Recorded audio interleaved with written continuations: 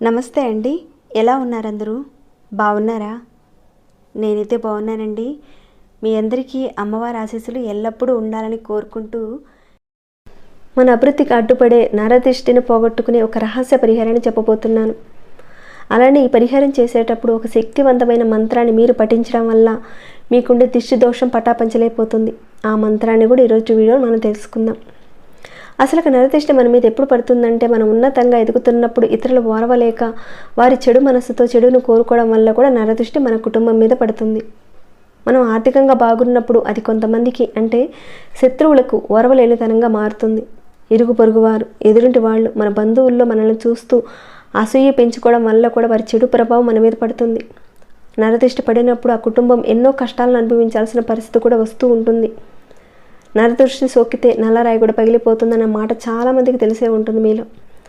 మనం ఎలాంటి విషయాల్లోనైనా సరే తప్పించుకోవచ్చు, కానీ దిష్టి దోషం నుండి తప్పించుకోవడం మాత్రం అంత సులభమైన పని అయితే కాదు. ఎప్పుడైతే కనుదృష్టి మనకు సోకిన వెంటనే దాని నుంచి మనం తొందరగా బయటపడాలి. తొందరగా బయటపడే మార్గాలు మనం చూసుకోవాలి. ఈ ప్రక్రియలో అనేక రకాలుగా చాలామంది చేస్తూ ఉంటారు, అనేక రకాలుగా పరిహారాల్ని. అందులో భాగంగా ఇక్కడ చెప్పుకునే ఈ పరిహారంలో తమిళనాడులో చాలామంది ఈ విధానాన్ని పాటిస్తూ ఉంటారు. మంచి రిజల్ట్ ఇచ్చే ఒక మంచి పరిహారం. ఆ పరిహారాన్ని ఈరోజు వీడియోలో మీకు చెప్పబోతున్నాను. దీన్ని గనక మీరు పాటిస్తే ఖచ్చితంగా మీకున్న నరకోశ, నరదృష్టి ఏదైతే మిమ్మల్ని బాధ కలిగిస్తుందో అది పటాపంచలైపోతుంది. మరి ఈ పరిహారాన్ని ఏ రకంగా చేయాలనేది చూద్దామండి. అంతకన్నా ముందు ఒక చిన్న రిక్వెస్ట్, కనీసం వీడియోని చూసేవారు ఒక చిన్న లైక్ చేయడం మాత్రం అస్సలు మర్చిపోకండి. మీ యొక్క చిన్న లైక్ నాకు ఎంకరేజ్మెంట్గా ఉంటుంది. సబ్స్క్రైబ్ కానివారు, కొత్త వారు ఎవరైనా ఉంటే కనుక మన ఛానల్లో అనేక రకాలైన సమస్యలకు తగ్గ పూజలు, పరిహారాలు ఉన్నాయి. ఒకసారి ఛానల్లోకి వెళ్ళి చూసి మీ సమస్యకు తగ్గ ఏదైనా పూజను కానీ పరిహారాన్ని కానీ ఎంచుకునే ప్రయత్నం చేసి మీకు వచ్చిన రిజల్ట్ని తప్పకుండా నాతో షేర్ చేసుకోండి. దాంతోపాటుగా సబ్స్క్రైబ్ కండి, బెల్ బటన్ ప్రెస్ చేయండి, ఆల్ అనే నోటిఫికేషన్ తప్పకుండా యాక్టివేట్లో పెట్టుకోండి. అలానే వీడియోని ఎక్కడ స్కిప్ చేయకుండా ఎండ్ వరకు కనీసం చూడటానికి ప్రయత్నం చేయండి. ఓకేనండి, ఇక మన వీడియో విషయానికి వెళ్ళిపోతాం. ఇక్కడ చెప్పుకునే ఈ పరిహారం మీరు ఆదివారం రోజున కానీ, మంగళవారం రోజున కానీ, గురువారం రోజున కానీ, అమావాస్య రోజున కానీ మీ మీద ఉండే కనుదృష్టిని పోగొట్టుకోవాలంటే తప్పకుండా ఈ రోజుల్లో చేసుకోవాలి. మన అభివృద్ధిలో ఎలాంటి అడ్డంకులు అనేటివి రాకుండా ఉండాలంటే ఇక్కడ చెప్పుకునే ఈ పరిహారాన్ని మీరు పూర్తి నమ్మకంతో మీరు చేస్తే కనుక ఖచ్చితంగా రిజల్ట్ అయితే వస్తుంది. మరి ఆ పరిహారానికి కావాల్సిన పదార్థాలు ఏంటో తెలుసుకుందాం. ఇక్కడ చెప్పుకునే ఈ పదార్థాలు ఖర్చుతో కూడినవి ఏం కాదు, చాలా సింపుల్గా ఉంటుంది ఈ పరిహారం. సింపుల్గా ఉండే పరిహారం అయినా సరే దీని నుంచి వచ్చే రిజల్ట్ మాత్రం అంత బాగుంటుంది. ఇంట్లో ఉండే పదార్థాలతోనే ఈ పరిహారం చేసుకోవచ్చు, బయటకు ఎక్కడికి కూడా వెళ్ళనవసరం లేదు. మీరు మంగళవారం రోజున కానీ, గురువారం రోజున కానీ, ఆదివారం రోజున కానీ, అమావాస్య రోజున కానీ ఇక్కడ చెప్పుకున్న రోజుల్లో మీకు ఏ రోజైతే వీలవుతుందో ఆ రోజున మీరు సాయంత్రం సమయంలో, అంటే ఇక్కడ చూసుకున్నట్లయితే మంగళవారం, గురువారం, ఆదివారం రోజుల్లో మీరు సాయంత్రం సమయంలో 6 గంటల తర్వాత ఈ పరిహారాన్ని చేయండి. అదే మీరు అమావాస్య రోజున చేద్దాం అనుకుంటే కనుక మీరు సాయంత్రం అంటే రాత్రి అవుతుంది కదా, అంటే 9 గంటల తర్వాతనే మీరు ఈ పరిహారాన్ని చేయాలి. మరి ఈ పరిహారానికి కావాల్సింది ఏంటంటే అనాస పువ్వు. అనాస పువ్వు అనగానే ఎక్కువ రేటు పెట్టి చేయాలేమో ఈ పరిహారం అని అనుకుంటారేమో, కాదండి. ఇక్కడ మనం అనాస పువ్వుల్లో నుంచి కేవలం 3 అంటే 3 తీసుకోండి అనాస పువ్వుల్ని. వాటితోనే మనం ఈ పరిహారం చేసుకోవాల్సి ఉంటుంది. ముందుగా మీరు ఏం చేస్తారంటే ఒక చిన్న బౌల్ తీసుకోండి. ఆ బౌల్లో కొద్దిగా నీళ్లు పోయండి. నీళ్లు పోసి స్టవ్ మీద పెట్టి బాగా మరిగించండి. మీరు తీసుకున్న ఈ 3 అనాస పువ్వులను తీసుకున్నారు కదా, వాటిని ఆ నీళ్ళల్లో వేసి మరిగించండి. అవి మరిగేటప్పుడు మంచి స్మెల్ వస్తుంది. కొద్దిసేపు బాగా మరిగించండి. మంచి స్మెల్ వచ్చే వరకు ఒక 2-3 నిమిషాల పాటు మరిగించండి. తర్వాత ఆ గిన్నెని తీసుకువెళ్ళి హాల్లో అందరూ కూర్చుంటారు కదా, అందరూ కూర్చొని మాట్లాడుకుంటూ ఉంటారు కదా, హాల్లో అక్కడ పెట్టండి. అలా పెట్టడం వల్ల ఇంట్లో కుటుంబ సభ్యులందరూ కూడా ఆ వాసనని పీల్చడం జరుగుతుంది. ఇదంతా మీరు కుటుంబ సభ్యులందరూ ఉన్నప్పుడు చేయడానికి ప్రయత్నం చేయండి. ఏదైతే ఆ నీటిని పీల్చడం జరుగుతుందో మనకి ఏదైనా కనుదిష్టి అలాంటివి ఉన్నప్పుడు ఆటంకాలు ఏవైనా ఉంటాయి కదండి, అంటే పని విషయంలో కానీ ఎలాంటివైనా సరే ఆటంకాలు ఉన్నప్పుడు అవన్నీ కూడా తొలగించబడతాయి. అయితే ఈ అనాస పువ్వులో నుంచి వచ్చే వాసన అనేది చాలా ఘాటుగా ఉంటుంది. కాబట్టి పెద్దవారు మాత్రమే ఆ స్మెల్ని తీసుకోండి. చిన్నపిల్లలు మాత్రం అక్కడికి రానికండి. అక్కడి నుంచి వచ్చే ఒక ఘాటైన స్మెల్ వల్ల పిల్లలు కొంత ఇబ్బంది పడే అవకాశాలు ఉంటాయి. పిల్లలంటే ఇక్కడ ఒక 2-3 సంవత్సరాలు ఉన్న చిన్న పిల్లలు మాత్రం అక్కడికి రానియకుండా కాస్త జాగ్రత్త పడండి. ఆ రకంగా కుటుంబ సభ్యులందరూ పీల్చడం వల్ల కనుదిష్టి తొలగిపోవడానికి అవకాశం ఉంటుంది. తర్వాత మీరు ఏం చేయాలంటే మీరు ఆ నీటిని ఎవరూ తొక్కని ఒక చోట వేసేయండి. ఇక ఆ నీటిలో ఉన్న అనాస పువ్వులు ఉన్నాయి కదా, 3 ఉన్నాయి కదా, మీరు వాటిని ఏం చేస్తారంటే ముందుగా మీరు ఒక ఎర్రటి క్లాత్ తీసుకోండి.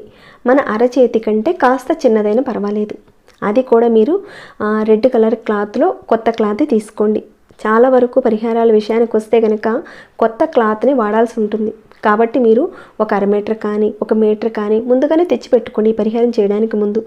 ఎప్పుడైతే ఇలాంటి పరిహారాలు మీరు చేయదలుచుకుంటారో అప్పుడు ఆ క్లాత్లో నుంచి కొంత భాగాన్ని మీరు వాడుకోవచ్చు. కాబట్టి ఒక 1/2 మీటర్ కానీ 1 మీటర్ కానీ తెచ్చి ఉంచుకోండి.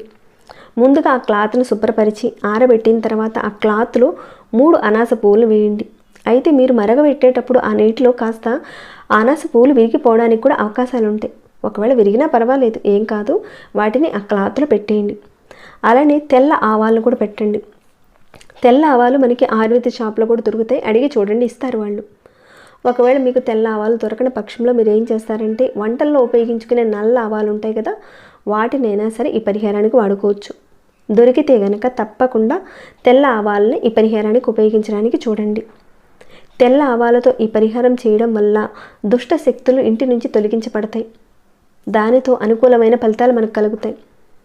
తర్వాత మామూలుగా ముద్ద కర్పూరం ఉంటుంది కదండి, ముద్ద కర్పూరం కానీ లేదంటే బిళ్ళలైనా సరే ఇక్కడ పెట్టండి. అంటే ముందుగా మీరు అనాస పువ్వులు పెట్టారు, ఆ తర్వాత కాస్త మీరు తెల్ల ఆవాలు పెట్టారు, తర్వాత ముద్ద కర్పూరం పెట్టండి. అంటే పచ్చ కర్పూరం పెట్టాల్సిన అవసరం లేదు.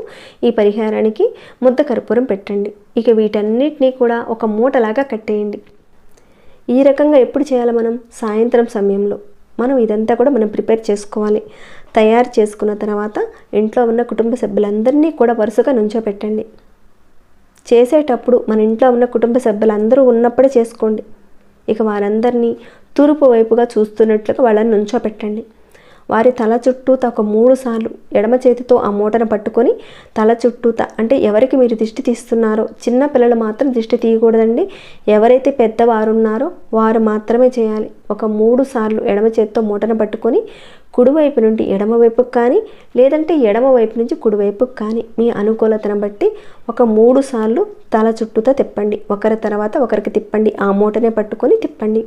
తిప్పేటప్పుడు ఒక మంత్రాన్ని కూడా చదవాలని చెప్పాను కదండి, అది కూడా చెప్తాను. ఇక్కడ ఒక్క మూట సరిపోతుంది అందరికీ కలిపి దిష్టి తీయడానికి.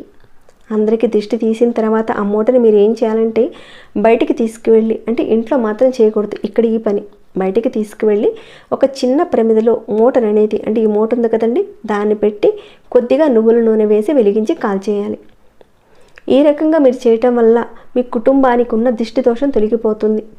ఏదైతే మీరు తెల్ల ఆవాలు పెట్టారో అదంతా కూడా దిష్టి దోషం తీసేస్తుంది. మీకున్న దిష్టి దోషం అంతా కూడా పటాపంచలైపోతుంది. అలానే ఈ మంత్రాన్ని కూడా మీరు తప్పకుండా పఠించాలి. ఆ మంత్రం ఏంటంటే శత్రు తమన్ హ్రీం ఫట్ స్వాహ. ఈ మంత్రాన్ని నేను స్క్రీన్పై కూడా ఇస్తానండి, ఒకసారి మీరు చూడొచ్చు. ఈ మంత్రాన్ని మీరు అనుకుంటూ తలుచుకుంటూ మీరు ఒక 3 సార్లు అందరి తల చుట్టూతా తిప్పాలి. ఆ రకంగా తిప్పిన తర్వాత బయటకు తీసుకువచ్చి ఆ మూటని కాల్చేయాలి. మాకు ఈ మంత్రం గుర్తుండదండి అంటే కనుక కాస్త మీరు ప్రాక్టీస్ చేయండి. 1కి 4 సార్లు ఈ మంత్రాన్ని చదువుకుంటే కనుక కాస్త బట్టి పట్టారనుకోండి, చక్కగా వచ్చేస్తుంది. ఆ రకంగా చేయండి. అయితే ఈ పరిహారం చేసేటప్పుడు చిన్న విషయాలను కూడా మీరు గుర్తుపెట్టుకోవాలి. ఎవరైతే దిష్టి తీస్తున్నారో మీరు ముందుగానే మూటని కాల్చడానికి ముందుగా కావాల్సిన వస్తువులు అగ్గిపెట్టి, నూనె, ప్రమిద, ప్రతి ఒక్క వస్తువును కూడా మీరు బయటికి తీసుకువెళ్ళి అన్నీ సిద్ధం చేసుకున్న తర్వాతనే మీరు ఈ ప్రయత్నం చేయాలి. అరే ఒక వస్తువును మర్చిపోయామే ఎలా అని ఇంట్లోకి మాత్రం వెళ్ళకండి. అన్ని వస్తువులను బయటికి తీసుకువెళ్ళి ఆ తర్వాతనే మీరు కాల్చడానికి రెడీ అవ్వాలి. అలానే ఈ మూటని కాల్చిన తర్వాత ఇంట్లోకి డైరెక్ట్గా వచ్చేయకండి. బయట కొద్దిగా నీళ్ళని పెట్టుకోండి ముందుగానే. మీరు కాల్చేసిన తర్వాత ఆ నీళ్లతో కాళ్ళు చేతులు మొహం కడుక్కొని కాస్తంత పసుపు నీళ్ళని కాళ్ళ మీద చిలకరించుకొని అప్పుడు మీ ఇంట్లోకి వెళ్ళిపోండి. దిష్టి తీసిన తర్వాత కుటుంబ సభ్యులు ఎవరైతే ఉన్నారో వారు బయటకు రావడం అనేది చేయకూడదు. అంటే ఆ కాల్చేటప్పుడు కుటుంబ సభ్యులు ఎవరూ కూడా చూడకూడదు.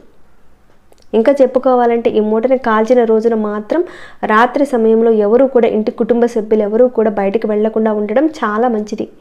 ఏదైనా ఒక పని ఉంటే కనుక తర్వాత రోజున మీరు చూసుకోండి. అంతేకాని ఈ పరిహారం చేసిన తర్వాత ఎవరూ కూడా బయటకు వెళ్లకుండా ఉండడానికి ప్రయత్నం చేయండి. మరి మీరు అంటారేమో, మరి ఈ పరిహారం చేసినప్పుడు నాన్ వెజ్ తినొచ్చా అని అంటారేమో. తినైనా సరే ఈ పరిహారం చేసుకోవచ్చు, ఏ ప్రాబ్లం లేదండి, చేసుకోవచ్చు.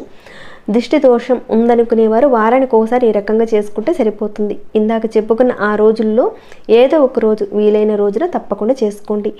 ఏదైతే ఒక వారంలో వీలైన రోజు మీరు చేశారో అదే రోజున మళ్ళీ నెక్స్ట్ వారంలో అదే రోజున ఈ పరిహారం చేసుకోవాలి. ఈ రకంగా చేయడం వల్ల మీకుండే కనుదిష్టి అనేది క్రమక్రమంగా తగ్గిపోయి మీ జీవితంలో మార్పు అనేది కనపడుతుంది. కాబట్టి ఎవరైతే దిష్టి దోషంతో బాధపడుతున్నారో తప్పకుండా ఇప్పుడు చెప్పుకున్న విధానాన్ని పాటించండి. మార్పు అనేది చూస్తారు. మీకు వచ్చిన మార్పుని తప్పకుండా నాతో షేర్ చేసుకోండి. ఇక ఈ వీడియోని ఇంతటితో ముగిస్తున్నాను. ఇంకేమైనా డౌట్స్ వస్తే కనుక అడగండి, తప్పకుండా రిప్లై ఇస్తాను. మీ మనసులో ఉన్న మాట కూడా చెప్పండి. లైక్ చేయని వారు ఒక చిన్న లైక్ చేయండి. సబ్స్క్రైబ్ కాని వారు సబ్స్క్రైబ్ చేసుకోండి. అలానే మన ఛానల్లో ఉన్న వీడియోస్ని ప్రతిరోజు చూస్తూ ఉండండి. మరొక భక్తి వీడియోలో మళ్ళీ మిమ్మల్ని కలుసుకుంటాను. అంతవరకు సెలవు.